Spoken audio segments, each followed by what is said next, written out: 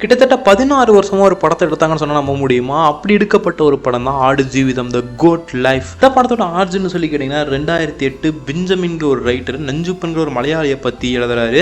இவர் Saudi Arabia போய் அங்கே என்ன பண்ணாரு, எப்படி திருப்பி வந்தாருங்கிற பற்றின ஒரு நாவல் தான் இது. இதை ரிலீஸ் பண்ண ஒன்றுமே 2009 ஒருத்தர் காப்பிரைட் வாங்குறாரு.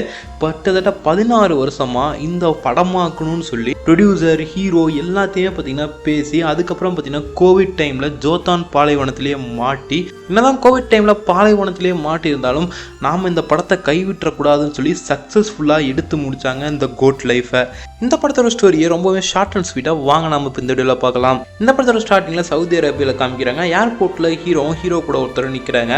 புதுசாக வரவங்களை வந்து முதலாளிகள் வந்து அவங்களோட பேரை வந்து எழுதி ஒரு போர்டில் பிடிச்சிட்டு இருப்பாங்களாம். இப்படி புதுசாக போகிறவங்க அவங்கள பார்த்து அவங்க கூட பார்த்தீங்கன்னா போயிடுவாங்க. உடனே ஹீரோவோட பேரை வச்சுட்டு அங்கே யாருமே நிற்கல. ரொம்ப நேரம் ஆயிடுச்சு, இருட்டும் கட்டிருச்சு. இருந்தாலும் பார்த்தீங்கன்னா வெயிட் பண்ணிட்டு இருக்காரு ஹீரோவும் இன்னொருத்தரும். அப்போ ஒரு ஷேக் வந்து நீங்கள் வந்து ஏன் கூட வாங்க அப்படிங்கிற மாதிரி பார்த்தீங்கன்னா சொல்கிறாரு. பட் அதெல்லாம் அவரும் பார்த்தீங்கன்னா ஃபஸ்ட்டு போக தயங்குறாரு. அதுக்கப்புறம் நம்மளை கூட்டு போகிறதுக்கு வேறு யாருமே வரல, கடைசி இவர் தான் வந்திருக்காரு, இவர் தான் நம்ம முதலாளியாக இருக்கணும்னு சொல்லி இவர் கூட பார்த்தீங்கன்னா ஹீரோவும் கிளம்பி போகிறாரு. ஹீரோ இன்னொருத்தரும். ஷேக் ரொம்ப தூரமாக பார்த்தீங்கன்னா போயிட்டே இருக்காரு. ஹீரோவும் பார்த்தீங்கன்னா தமிழில் வந்து நம்ம எங்கே போகிறோம், என்ன வேலை அப்படிங்கிற மாதிரிலாம் கேட்டுட்டு இருக்கேன். ஷேக் வந்து பார்த்தீங்கன்னா அரபியை தவிர எதுவுமே தெரியாதாட்டு இருக்கு. அதனால் அவரும் பார்த்தீங்கன்னா கம்முன்னு வாங்க, நான் கூப்பிட்டு போகிறேன் மாதிரி சும்மா சொல்லிட்டு அங்கேருந்து போயிட்டே இருக்காரு வண்டியில். அவர் டவுனுக்குள்ளே போகிறாரு. நம்ம ஹீரோ பார்த்தீங்கன்னா டவுன்லாம் பார்க்குறாரு. பெரிய பெரிய பில்டிங்காக இருக்குது. நம்ம இங்கே தான் வேலை செய்ய போகிறோம்னு நினச்சிட்டு இருக்காரு. பட் ஆனால் வண்டி எங்கேயுமே நிற்காமல் ஸ்ட்ரைட்டாக பாலைவனத்துக்கே போகுது. பாலைவனத்துக்கு போகும்போது தான் நீங்கள் வந்து எங்கே எங்களை கூப்பிட்டு போகிறீங்கன்னு கேட்க, அப்பயும் பார்த்தீங்கன்னா ஷேக் வந்து எந்த ஒரு பதிலுமே சொல்ல மாட்டேங்கிறாரு. ஏன்னா அவருக்கு தமிழ் புரியாது, தமிழும் பார்த்தீங்கன்னா தெரியாது. ஃபஸ்ட்டு ஹீரோ கூட வந்தோன்னா ஒரு வந்து ஆடு மேய்க்கிற பண்ணையாட்டு இருக்குது, அங்கே பார்த்தீங்கன்னா இறக்கி விட்றாரு.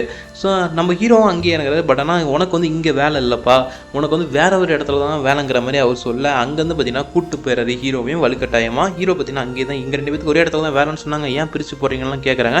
பட் ஆனால் அதெல்லாம் கேட்காம நம்ம ஹீரோவை மட்டும் கூப்பிட்டு வந்துடுறாங்க. ஹீரோ கூப்பிட்டு வந்து இன்னொரு ஆட்டு பண்ணைக்கிட்ட விட்டு போகிறாங்க. ஹீரோவுக்கு ஒன்றுமே புரியல. ஏதோ அந்த வந்து கம்பெனியில் வந்து ஹெல்ப்பர் வேலை அப்படின்னு சொல்லி தான் கூப்பிட்டு வந்தாங்க. இங்கே வந்தால் ஆடு மேய்க்கிற இடத்துல கொண்டு வந்து விட்டுறாங்களே என்னான்னு சொல்லி ஹீரோவுக்கு ஒன்றுமே புரியல.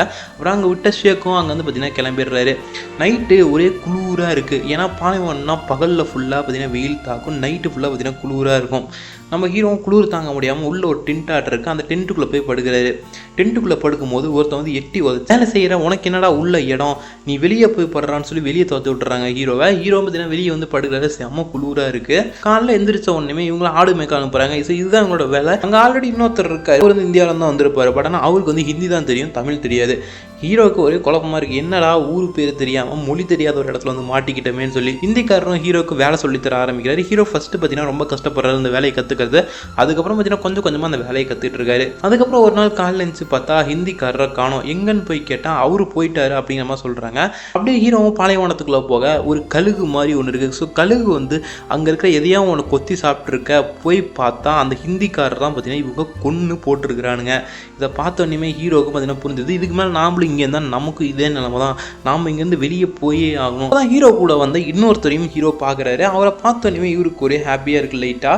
ஸோ அங்கே போய் நம்ம எப்படி இங்கே வந்து தப்பிக்கிறது, நானும் வந்து இப்படி மாட்டிக்கிட்டேன் அப்படிங்கிற மாதிரி 2 பேர் பேசிகிட்டு இருக்கேன். ஹீரோ கூட வந்தவர் என் கூட இன்னொருத்தர் இருக்கார், வெளிநாட்டிலேருந்து வந்தவர். அவருக்கு வந்து எல்லா வேலையுமே தெரியும் இந்த டெசர்ட்டில், அவரு நமக்கு ஹெல்ப் பண்ணுவார் தப்பிச்சு போக அப்படிங்கிற மாதிரி சொல்ல, ஹீரோவும் பார்த்தீங்கன்னா தப்பிச்சு போகிறதுக்கு ஒரு நல்ல டைம் அதுக்காக காத்துட்டு இருக்காரு. ஹீரோ தப்பிச்சு போகலான்னு நினச்சாலும் கண்ணை வச்சுட்டு நிற்கிற அந்த முதலாளியோட வேலைக்காரங்களாம் அவரை சுற்றுவாங்க.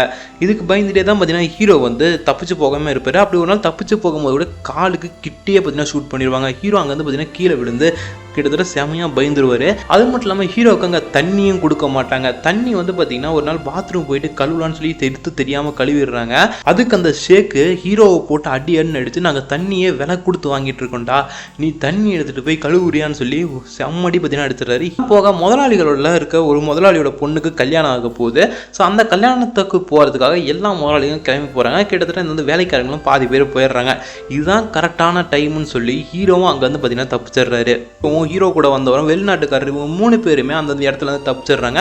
பாலைவனத்தில் ரொம்ப தூரம் பார்த்தீங்கன்னா நடக்கிறாங்க. இவங்க நடந்து போக போக கிட்டத்தட்ட 4 கணக்கில் நடக்கிறாங்க. எத்தனை நாள் ஆச்சு, இங்கே வந்து எத்தனை வருஷம் ஆச்சுன்னு கூட தெரியாது. கிட்டத்தட்ட ஹீரோவை அங்கே வந்து தப்பிச்சு போகும்போது தான் தண்ணியில் விடுத்து மூஞ்சே கழுவி இருப்பார். அவர் மேலே தண்ணி பட்டே கிட்டத்தட்ட பல வருஷம் வேறு மாதிரி தான் நினைக்கிறேன். தாடிலாம் வளர்ந்து ரொம்ப மோசமாக இருப்பார்.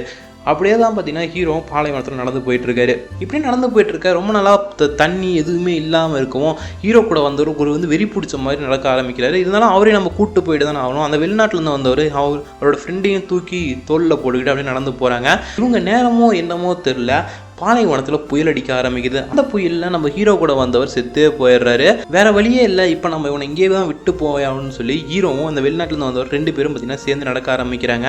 அப்படியே ரொம்ப தூரம் நடந்து போகிறாங்க. ஒரு நாள் பார்த்தீங்கன்னா நைட் ஆகுது. நைட் வந்து இங்கே தங்கிட்டு காலைல போயிடலாம் அப்படின்னு சொல்லி நைட்டு தூங்க ஆரம்பிக்கிறாங்க. காலைல ஹீரோ எந்திரிச்சு பார்த்தா அவர் கூட வந்த ஒருத்தரை காணும். இப்போ ஹீரோ மட்டும்தான் இருக்காரு. ஹீரோ தான் பார்த்தீங்கன்னா தனியாக போராடி ஆகணும். ஹீரோவும் தனியாக பார்த்தீங்கன்னா அப்படியே நடந்து போயிட்டே இருக்காரு. போகும்போதே பார்த்தீங்கன்னா கரெக்டாக ரோடையும் பார்த்துடுறாரு. அங்கேயே பார்த்தீங்கன்னா மயங்கி விழுந்துடுறாரு. மயக்கத்திலேருந்து எந்திரிச்சு பார்க்கும்போது அங்கே போய் இருக்க ரோட்டில் நின்று எல்லாத்தையும் ஹெல்ப் கேட்குறாரு. பட் ஆனால் யாருமே லிஃப்ட்டும் கொடுக்கல. கடைசியாக ஒரு ஷேக் மட்டும் பார்த்தீங்கன்னா கார் லிஃப்ட் கொடுக்குறாரு. நான் வந்து உன்னை டவுனில் இறக்கி விட்டுறேன்ப்பா, நீ வந்து அங்கேருந்து போயிடா அப்படிங்கிற மாதிரி சொல்லிடுறாரு.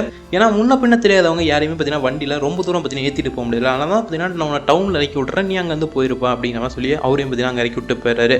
கடவுளாக பார்த்து அனுப்பின மாதிரி அவர் வந்து கரெக்டாக இந்த தமிழ் அகதிகள்லாம் இருக்கிற ஒரு இடத்துல வந்து இறக்கி விட்டு போயிடுறாரு. அவங்க வந்து இவரை சேஃபாக பார்த்தீங்கன்னா அவங்க கூட வச்சுக்கிறாங்க. இவருக்கு தேவையான உணவெல்லாம் கொடுத்து அவருக்கு கட்டிங்லாம் பண்ணி விட்டு பார்த்துக்கிறாங்க.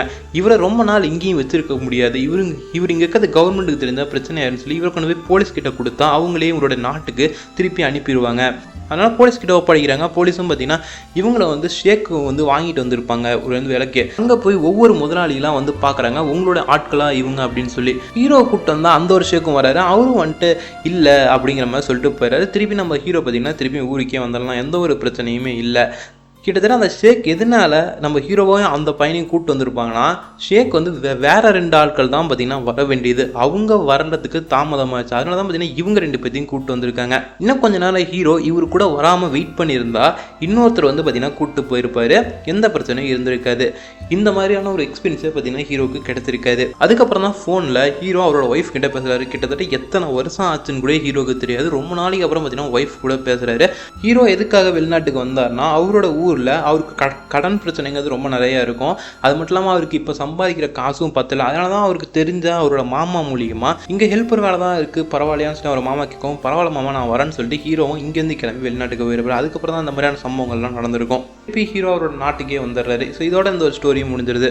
இந்த படத்தோட ரிவ்யூ அப்படின்னு சொல்லி கேட்டிங்கன்னா, இந்த கதை ஒரு வந்து உண்மை சம்பவத்தை தழுவி எடுக்கப்பட்ட ஒரு கதை. ஸோ இந்த கதையோட ஸ்க்ரீன் பிளே எல்லாமே நல்லா தான் இருக்குது, எதுவுமே குறை சொல்கிற அளவுக்கு இல்லை. இந்த அளவுக்கு ஒரு எஃபோர்ட் போட்டு இப்படி ஒரு படத்தை எடுத்திருக்காங்க இந்த கொரோனா டைமில். இவ்வளோ ஸ்ட்ரகிளை தாண்டி இந்த படம் ரிலீஸ் ஆகிருக்கும் போதே நம்ம வந்து பாராட்டக்கூடிய ஒரு விஷயம் தான். பிருத்திவிராஜோட ஆக்டிங் பார்த்திங்கன்னா ரொம்ப நல்லா இருக்குது. அவர் சூஸ் பண்ணுற ஸ்டோரி லைனும் பார்த்திங்கன்னா ரொம்பவே யூனிக்காகவும் இருக்குது. ஓகே நண்பா, நீங்கள் இந்த ஸ்டோரியை பற்றி என்ன நினைக்கிறீங்கன்னு சொல்லி கமெண்ட்டில் கமெண்ட் பண்ணுங்கள். நீங்கள் நம்ம சேனலுக்கு புதுசாக இருந்தீங்கன்னா சப்ஸ்கிரைப் பண்ணிட்டு பக்கத்தில் பெல் ஐக்கான் அழுத்தி வச்சிருங்க நண்பா. அப்போ தான் அந்த மாதிரி நிறைய வீடியோஸ் உங்களுக்கு இன்ஸ்டா நோட்டிஃபிகேஷனாக வரும்.